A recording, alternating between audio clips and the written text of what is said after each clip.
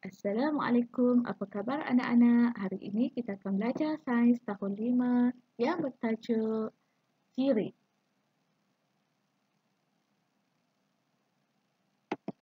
Baiklah, sebelum kita teruskan dengan tajuk kita iaitu ciri, baik perhatikan dahulu buku teks muka surat 177. Okey.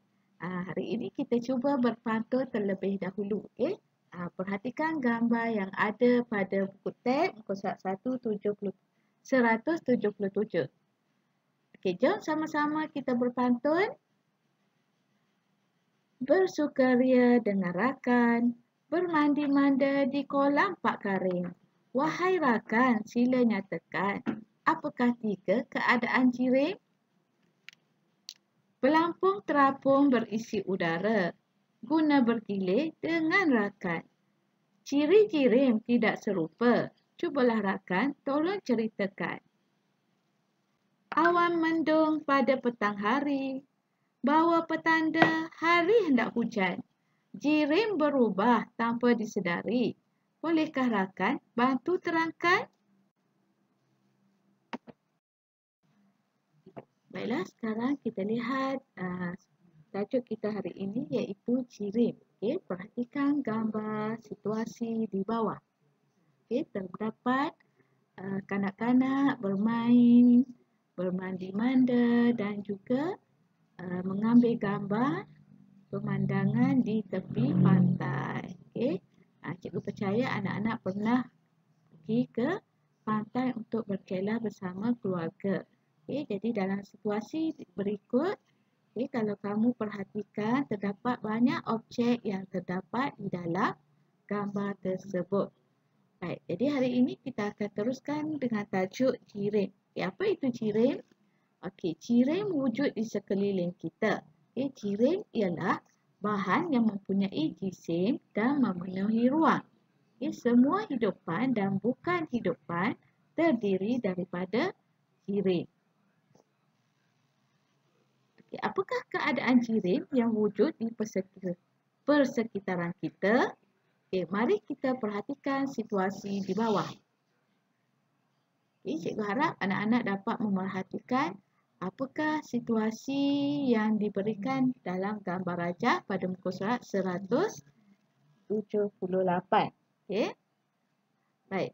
Jadi di sini kalau kita perhatikan terdapat tiga keadaan jirim di pantai iaitu pepecah, cecair dan gas.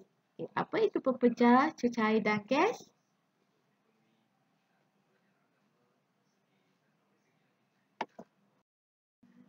Baiklah. Okey, kita lihat apakah itu pepecah, cecair dan gas. Okey, sebelum itu perhatikan terlebih dahulu gambar di bawah. Okey, terdapat kanak-kanak sedang mandi. Okey, bermain pasir, bermain layang-layang dan juga bermain bola.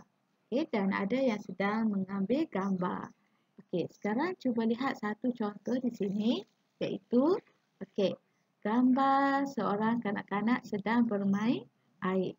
Okay, yang seterusnya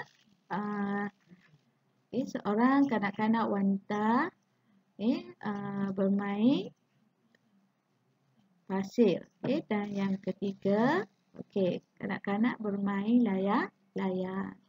Baik, berdasarkan gambar yang pertama, air laut ialah jirim dalam keadaan cecair. Manakala gambar yang kedua, pasir ialah jirim dalam keadaan pepecah. Dan yang ketiga, kanak-kanak yang bermain layang-layang perlukan angin untuk menaikkan layang-layangnya. Jadi angin ialah jirim dalam keadaan gas. Setiap objek di persekitaran kita dapat dikelaskan mengikut keadaan jirim. Mari kita jalankan aktiviti di bawah.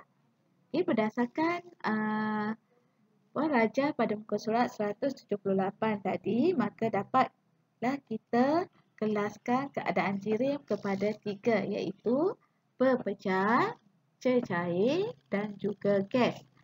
Sekarang perhatikan gambar yang diberi. Apakah bahan yang wujud ataupun objek yang wujud dalam keadaan berpecat. Okey, yang pertama layang-layang, yang kedua baldi, dan seterusnya bola dan topi. Okey, terdapat pelbagai lagi bahan ataupun objek yang wujud dalam keadaan berpecah yang dapat kita kenal pasti. Okey. Baik, sekarang kita lihat pula cecair. Okey, bahan contohnya jus oren, air laut dan juga kari ayam.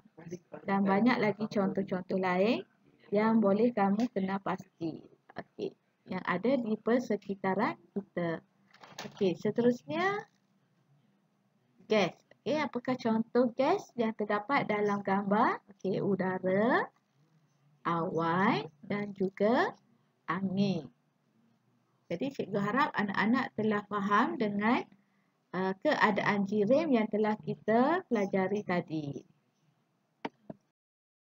Baiklah, untuk memastikan kamu dapat memahami tajuk kita pada hari ini, cikgu nak bagi tugasan kepada kamu iaitu mengenal pasti ataupun mengelas jirim yang terdapat di sekeliling kamu dalam bentuk jadual. Sebagai contoh,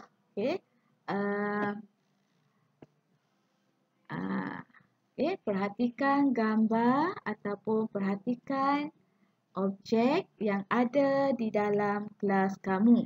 Kemudian kelaskan berdasarkan pepecah, cecair dan juga gas dalam bentuk jadual.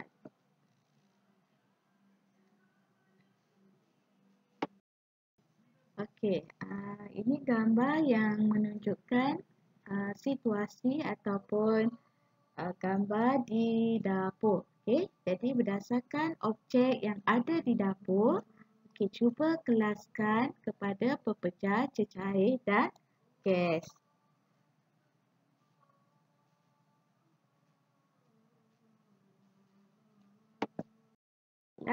Gambar yang terakhir, gambar di dalam bilik mandi. Jadi cuba kenal pasti apakah objek yang wujud dalam keadaan pepecah, cecair dan juga gas. Jika tidak ada objek yang wujud dalam keadaan gas atau cecair ataupun pepecah, maka awak tinggalkan kosong sahaja ruangan jadual tersebut. Cikgu harap anak-anak telah faham dengan tajuk kita pada hari ini. Baiklah, sekian saja tajuk kita pada hari ini. Kita akan bersambung kembali dengan tajuk sifat jirim. Jadi cikgu harap anak-anak telah faham dengan tajuk kita hari ini iaitu jirim wujud dalam 3 keadaan iaitu pepecah, cecair dan gas. Kemudian cikgu harap anak-anak juga dapat mengenal pasti apakah objek yang boleh wujud dalam keadaan pepecah, cecair dan gas. Sekiranya kamu masih lagi tidak dapat memahami, maka rujuk kembali buku teks ataupun dengar kembali penerangan cikgu daripada awal. Sekian sahaja kali ini. Terima kasih. Jumpa lagi. Bye-bye.